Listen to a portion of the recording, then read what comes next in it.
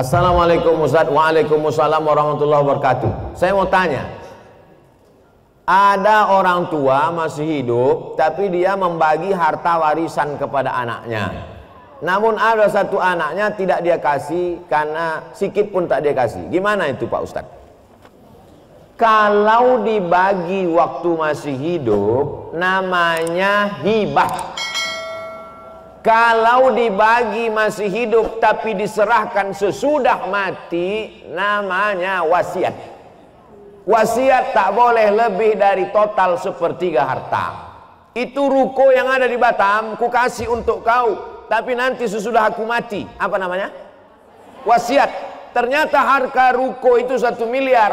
Harga ruko 1 miliar, warisan dia totalnya 2 miliar. Maka yang sah untuk si anak hanya 666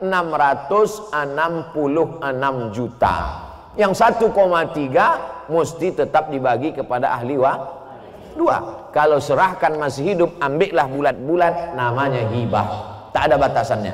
Kalau diserahkan setelah mati namanya wasiat. Dibagikan ketika hidup baru diserahkan setelah mati namanya wasiat. Adapun pembagian harta warisan sesudah mimda tema taya bawati. Jelas.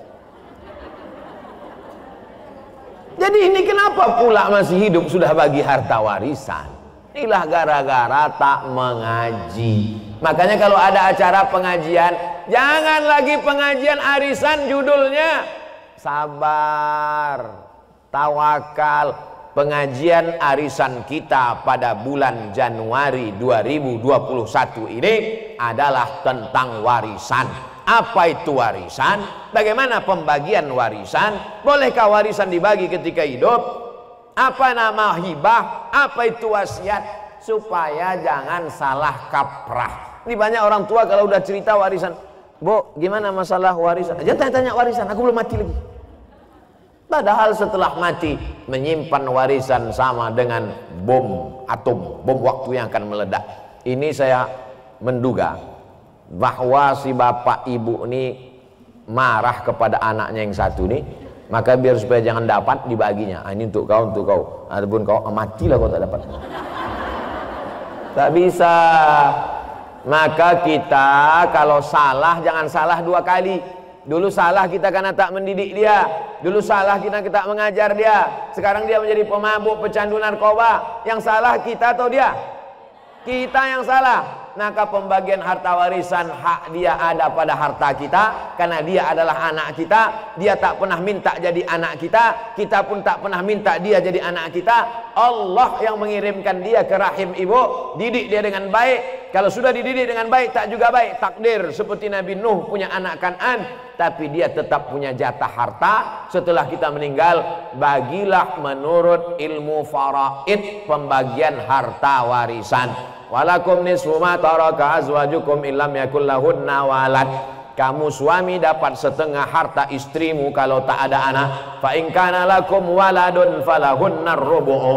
Kalau kamu punya anak maka istri dapat 1/4, istri dapat 1/8. Fa in kana lahunna waladun falakumur rubu'u. Kalau ada anak suami dapat 1/4. Kalau tak ada anak suami dapat setengah. Istri dapat 1/4 kalau tak ada anak. Kalau ada anak, istri dapat 1/8. Anak laki-laki, lidzakari mislu hazil unsayain. Anak laki-laki dapat 2 kali bagian anak perempuan. Jadi kalau anak perempuan 25 juta, anak laki-laki 50 juta. Karena laki-laki lebih besar tanggung jawabnya. Laki-laki membiayai nikah, laki-laki mengasih nafkah, laki-laki menjadi kepala rumah tangga, laki-laki mengasih mahar. Itulah maka laki-laki diberikan kelebihan, bukan karena Islam diskriminatif. Maka jelaskan nih kepada anak cucu kita, kalau tidak nanti kita akan salah, anak cucu kita akan salah, dan dia menjadi mengalir amal salah, bukan amal ya. Apakah kalau lagi haid boleh baca Quran melalui aplikasi di handphone? Orang yang sedang menstruasi, maaf beribu maaf, tak boleh megang Quran.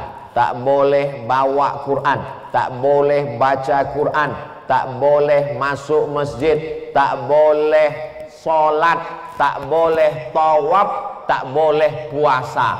7 menurut fikih Islam wa adillatuh Syekh Wahbah Zuhaili. Tak boleh megang Quran, tak boleh bawa Quran, tak boleh baca Quran, tak boleh masuk masjid, tak boleh sholat, tak boleh tawaf, tak boleh puasa.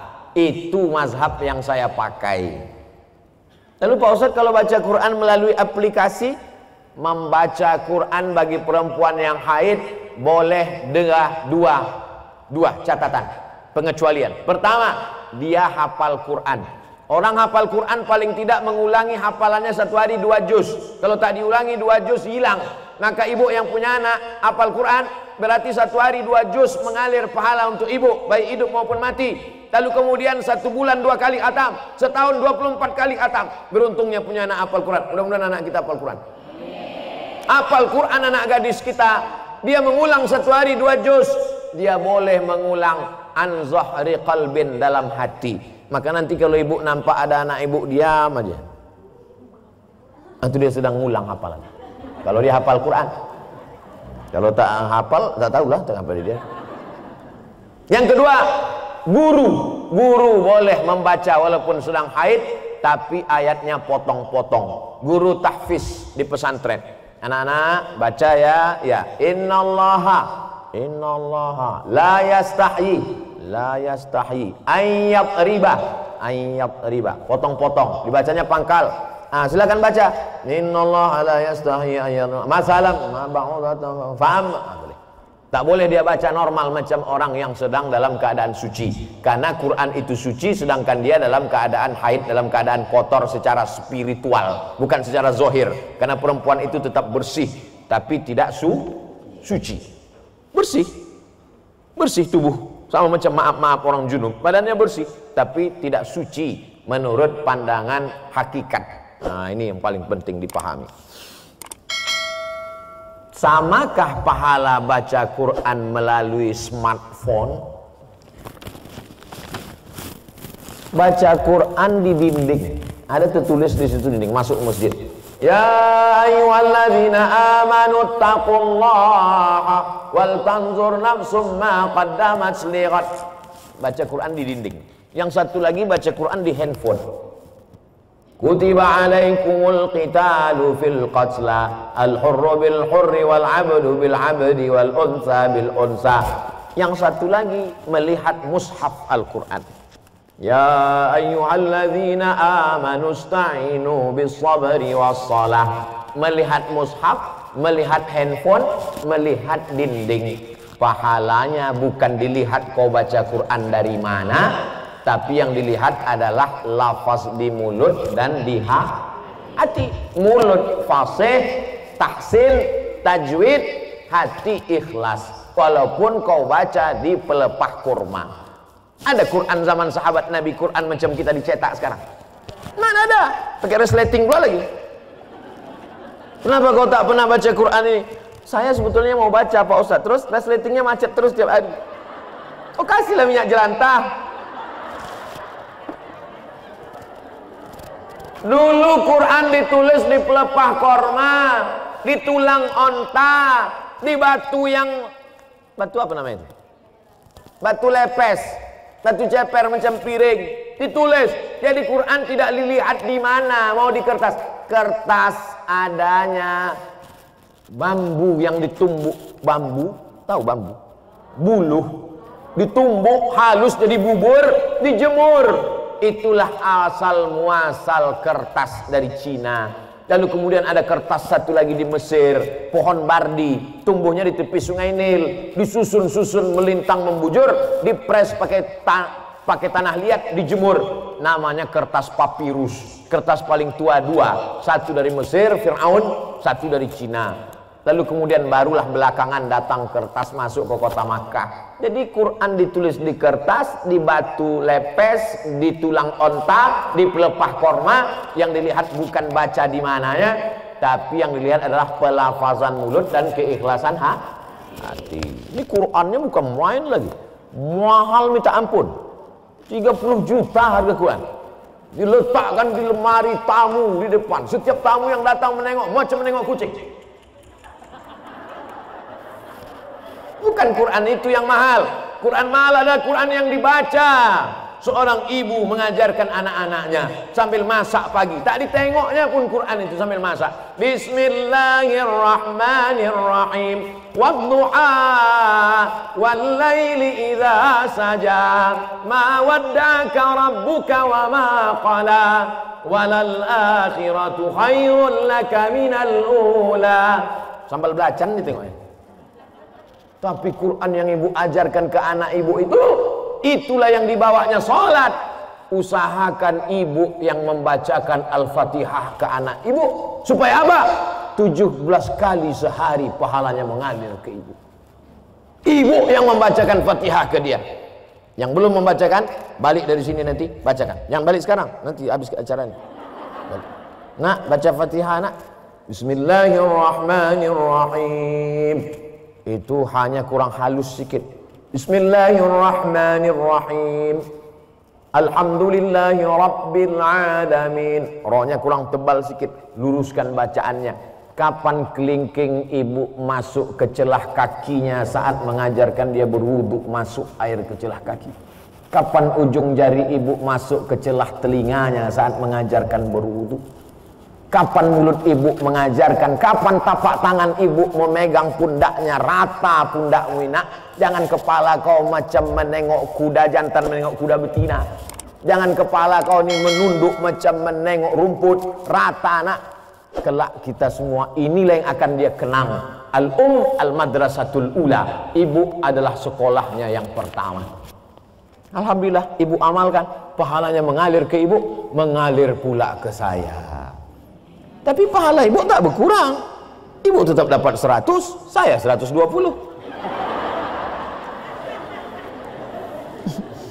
Karena saya tengok ibu macam-macam tak setuju. Assalamualaikum Pak Ustaz. Waalaikumsalam warahmatullahi wabarakatuh. Apakah seorang istri berdosa bila menolak diajak hubungan jarak jauh? Karena semenjak pandemi kita tak bisa berkumpul. Macam mana hubungan jarak jauh?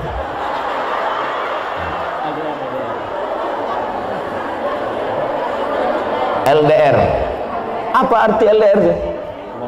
Long distance relationship.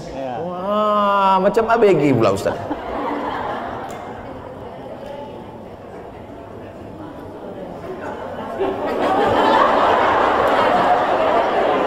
Wa'ashiruhun nabil ma'ruf. Dulu waktu akad nikah, suami ibu disuruh Pak Kua membaca ayat. Baca ini, wa'ashiruhun nabil ma'ruf. Berhubungan baiklah kamu dengan dia dengan cara ma'ruf. Ma'ruf diambil dari kata urf. Urf artinya baik menurut syariat Islam, menurut Quran, menurut sunnah, menurut kebiasaan. Maka selama tidak bertentangan dengan Quran, dengan sunnah, menurut kebiasaan, maka hubungan itu ma'ruf. Hubungan itu baik. Tapi kalau bertentangan maka tidak baik. Baik dan tak baik standarnya bukan akal. Baik dan tak baik itu dalam Islam standarnya adalah Quran dan sunnah Rasulullah Sallallahu Alaihi Wasallam. Saya mau tanya apa hukumnya menikah dengan wali tapi bukan dari ayah, abang atau adik laki-laki? Lalu dengan apa kau nikah? La nikaha, tidak sah nikah illa biwaliin, kecuali dengan wali. Wali itu siapa? Ayah. Tak ada ayah, datuk. Tak ada datuk, abang. Tak ada abang, adik laki-laki. Tak ada adik laki-laki, abang ayah laki-laki. Tak ada abang ayah laki-laki, adik ayah laki-laki. Tak ada adik ayah laki-laki, saudara. Punya abang ayah tuh punya anak laki-laki. Sampai begitu. Perwalian itu adalah, tapi insya Allah yang enam itu adalah, kecuali dia disapu angin puting beliung hilang semua. Andai dia anak yang ditemukan dalam kardus, namanya binti kardus, tak ada walinya, macam mana? Fasultanu waliyun man la waliyalaha. Maka sultan menjadi wali bagi orang yang tak punya wali. Siapalah wali orang perempuan di Batam kalau tak ada walinya? Sultan Kerajaan Riau Lingga. Sultan Kerajaan Riau Lingga sudah menyerahkan kekuasaan kepada Presiden Soekarno. Lalu Presiden Soekarno membuat satu departemen untuk agama, namanya Kementerian Agama. Maka Kementerian Agama lah yang menerima Sultan. Lalu Menteri Agama tak sanggup turun ke Kemenak Kanwil Provinsi. Kemenak Kanwil Provinsi turun ke kota, kota turun ke kecamatan. Itulah maka kepala kantor urusan agama tak ada perempuan. Ada kepala KUA perempuan. Kenapa? Karena KUA akan menjadi wali bagi perempuan yang tak punya.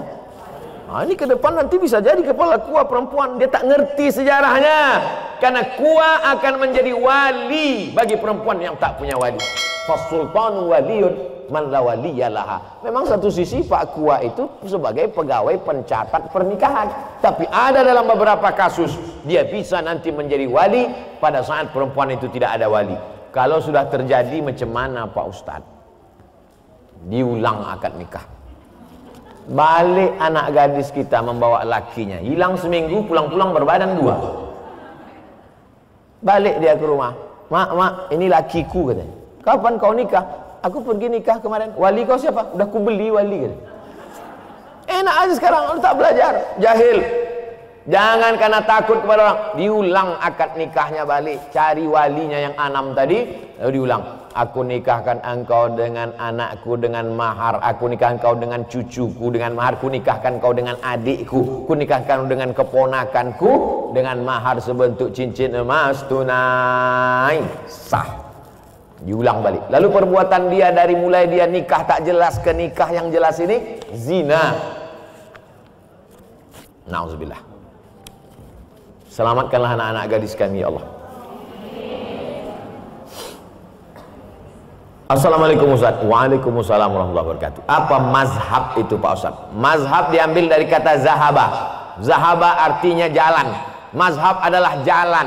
Kalau orang mau pergi ke Batam, ada jalannya naik pesawat. Kemarin saya naik pesawat, pesawatnya perempuan, Citylink. Asik berpantun aja di atas. Awak takut jatuh, dia berpantun. Ada pula yang datang ke Batam ini naik kapal, bukan Titanic, kapal jelati. Macam-macam. Jadi mazhab adalah jalan untuk sampai kepada tujuan. Maka untuk sampai kepada tujuan ibadah yang benar, ada rukun, ada syarat, ada wajib, ada sunat, ada makruh, ada mubah. Maka ulama menyusun. Maka ulama yang menyusun jalan itu disebut dengan mazhab Hanafi, disusun oleh Imam Abu Hanifah. Mazhab Maliki disusun oleh Imam Malik bin Anas. Mazhab Syafi'i disusun oleh Muhammad bin Idris.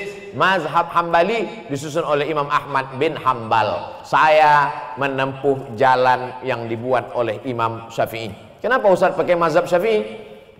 Dulu di pesantren pakai mazhab Syafi'i. Pergi ke Mesir, di Mesir kalau kita sekolah Bu, dibuat itu nama Abdul Somad, jinsiyah, nationality, dari negara mana? Indonesia.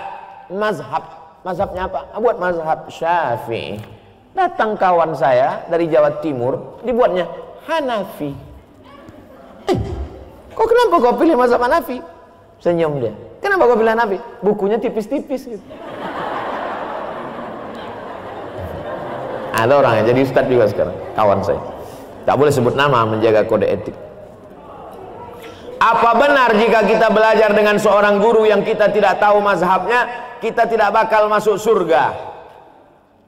Mayoritas Asia Tenggara, Indonesia, Malaysia, Brunei Darussalam, Patani Thailand Selatan, Moro Filipina, Singapura, mayoritas kita ini bermazhab Syafi'i. Jadi kalau ada orang mengatakan, Pak, mazhab Bapak apa? Saya tidak bermazhab, saya langsung ke Quran dan Sunnah. Berarti dia imam mazhab yang kelima. Nama Bapak siapa? Imam S. Arifin.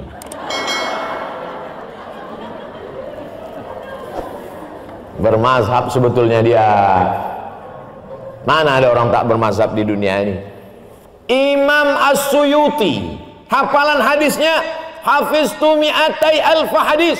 Aku hafal 200.000 hadis. 200.000 hadis dia hafal. Hafalan Qur'annya, tafsirnya aja 2 biji. Satu tafsir Jalalain, satu tafsir Ad-Durrul Mansur fit tafsir bil Ma'sur. Kitabnya berapa? Ada murid dia, namanya Imam Ad-Daudi. Kata Imam Ad-Daudi, guruku Imam Suyuti itu kitabnya 500 kitab. Abdul Somad di Batamnya aja 500. Tapi satu judul. Dia 500 judul kitabnya.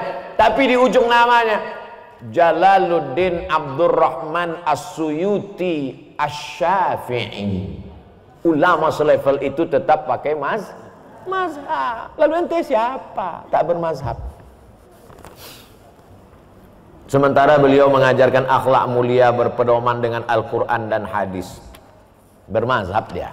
Kalau tak bermazhab dia, nanti kita datang diam-diam tanya, kau diam-diam apa mazhab? Aku sebetulnya mazhab, cuman aku segan. Bermazhab, belum tak bermazhab. Assalamualaikum Pak Ustaz. Waalaikumsalam. Apakah koperasi itu riba? Kumpullah duit ibu, sejuta, 100 orang berarti 100 juta. Terkumpullah duit 100 juta. Lalu kemudian ditanya kepada masyarakat, siapa yang mau bisnis silakan minjam uang kemari. Akhirnya minjam uang lah orang ramai-ramai. Minjam 10 juta bayar 12, minjam 100 bayar 120, minjam 20 bayar 24. Bunganya selama setahun dikumpul dibagi kepada seluruh bunga dari simpanan wajib, maka transaksinya semuanya adalah uang dengan uang riba.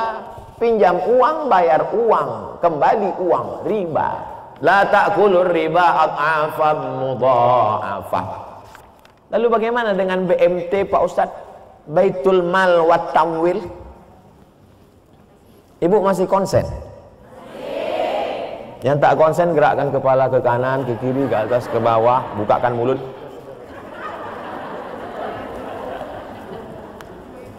Ini koperasi, ini Baitul Mal. Udah jelas? Koperasi Baitul Mal, koperasi Baitul Mal. Datanglah saya ke koperasi. Assalamualaikum koperasi, selamat siang. Koperasi. Bisa aku minjam duit koperasi? Berapa Pak? 200 juta mau beli mobil. Bisa? Bayarnya nanti 250. Berarti akadnya uang dengan uang. Uang dengan uang riba. Dah selesai. Ini koperasi. Sekarang datang saya ke Baitul Mal wa Tamwil yang syariah, koperasi syariah. Assalamualaikum syariah. Waalaikumsalam. Ustadz Somad, boleh foto nggak? Boleh, ada habis tuh.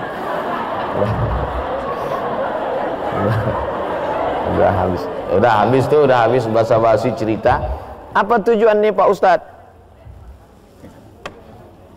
Apa tujuan Pak Ustadz? Saya mau beli mobil. Berapa harganya Pak Ustadz? 200 juta. Bisa tak minjam duit? Mohon maaf Pak Ustadz, minjam duit tak bisa. Walaupun kita udah foto, tak bisa. Jadi macam mana? Datanglah Baitul Mal wa Tamwil. Di mana mobilnya Pak Ustadz? Mobilnya ada di dekat Masjid Agung. Pergilah orang BMT ini membeli mobil itu. Dibelinya lah mobil itu secara cash. Setelah dibelinya mobil itu secara cash, dijualnya kepada saya secara cicil. Maka akad saya dengan BMT uang dengan mobil, uang dengan uang riba, uang dengan barang. Bisa buka handphonenya semua? Silakan buka. Setelah buka handphone, buka Google. Sudah? Setelah buka Google, tulis di situ SOMADMOROCCO.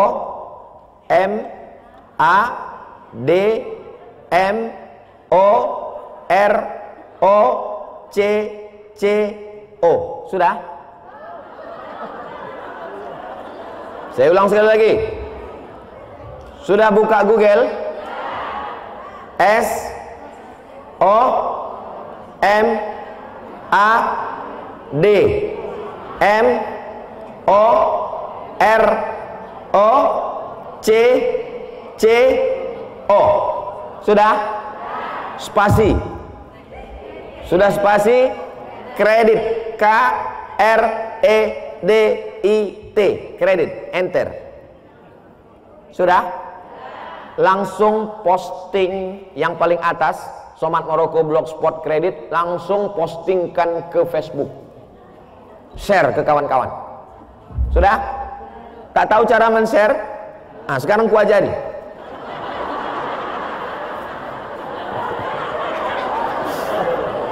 Nah itu di atas sebelah kanan yang ada titik 3, picit itu. Habis itu pilih FB di bawah, sama Instagram, sama pilih 3 sekali, Facebook, Instagram dengan WhatsApp. Share, bagi ke kawan-kawan tentang bolehnya akad uang dengan barang. Dah, setelah nampak tulisannya bisa baca di situ. Kredit.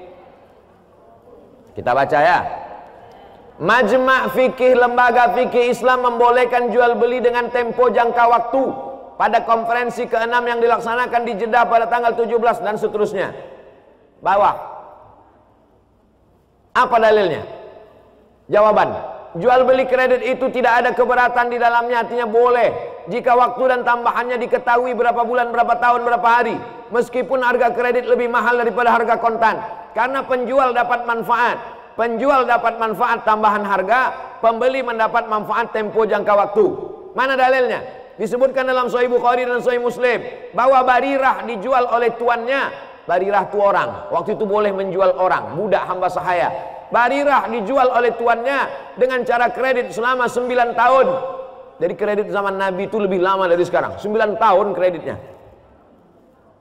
1 tahunnya bayar 40 dirham. Ini menunjukkan bolehnya jual beli kredit karena tidak ada unsur gharar, ketidakpastian.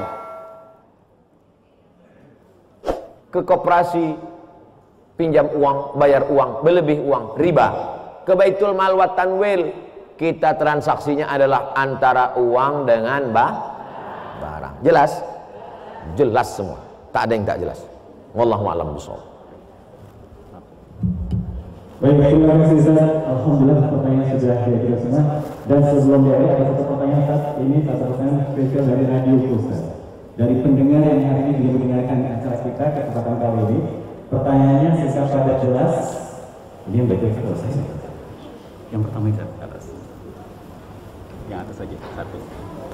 Assalamualaikum. Waalaikumsalam warahmatullahi wabarakatuh. Allahumma salli ala Muhammad. Allahumma salli ala Sayyidina Muhammad wa ala ali Sayyidina Muhammad. Ustaz, saya ingin bertanya di luar tema. Dari tadi luar tema semua. Bagaimana cara menghadapi istri yang suka cerewet?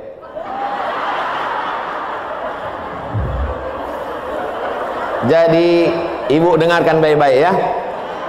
Saya jumpa dengan Habib Ali Ba'agil. Kata Habib nih cerita, ada di Yaman itu sumur tua. Jadi di sumur ini ada jin. Di dalam sumur ini ada jin. Suatu hari menimba airlah ibu-ibu. Menimba air, rupanya timba ini terlalu berat. Ibu ini pula orangnya slim. Akhirnya tertarik timba itu, jatuh dia ke dalam. Masuk dia ke dalam sumur itu. Lalu kemudian datanglah suaminya mencari. Dicari-carinya, ditengoknya, ada tanda-tanda kalau bininya masuk ke dalam sumur. Akhirnya diulurkannya tali. Diulurkannya tali timba, ditariknya. Maksudnya mau menyelamatkan istrinya tadi. Naik jin. Naik jin itu ke atas. Akulah penghuni sumur ini. Ditanya sama suami tadi, kenapa kau naik? Aku tak tahan direpeti bini kau di dalamnya. Kau tahan kali. Aku baru 2 menit udah pokak telingaku dalamnya. Jadi rupanya jin-jin itu pun tak tahan juga. Itu sanadnya dari Habib Ali Ba'agil. Dia cerita ke saya tak tahu udah cerita itu dari mana. Kalau mau tahu tanyalah ke dia. Jadi kalau ada perempuan-perempuan nih merepet, repetnya itu ada dua, repet positif dan repet negatif. Jadi kalau ibu-ibu masih merepet, kenapa abang pulang terlambat, abang pulang pergi sama siapa, jalan sama siapa, itu positif apa negatif? Dia mau menyelamatkan bapak supaya jangan habis waktu nongkrong di kedai kopi. Dia mau menyelamatkan supaya duit tak habis sama kawan-kawan sehingga tak bisa membayar anak sekolah. Dia ingin supaya bapak menjadi repetnya, abang kenapa tak sembahyang, nanti abang kalau tak sembahyang ku campakkan ke sungai. Takkan sampai hatinya. Dia baik. Kedua, dia merepet itu ada sebabnya. Betul? Betul. Tapi kalau sudah lengkap 5, sudah dikasih makan, sudah dikasih pakaian, sudah dikasih tempat tinggal, sudah dikasih pendidikan, sudah dikasih perhatian, merepet juga dia. Tanya dia baik-baik, kau ini sebetulnya dulu nikah sama aku ini dipaksa sama ayahmu atau gimana? Jadi repetnya itu ada positif, ada negatif. Selama ibu masih merepet dengan anak ibu, kau pergi kemana sama siapa, jalan pulang jam berapa, kenapa jilbabmu tak panjang, kenapa rokmu pendek, kenapa ini koyak, kenapa pinggangmu kau ikat pakai tali jemuran, kenapa? Selama ibu masih merepet, insya Allah selamatlah anak-anak kita, insya Allah. Selagi ibu masih bisa merepet, merepetlah bu. Siap merepet, takbir. Repet teruskan. Baik, terima kasih.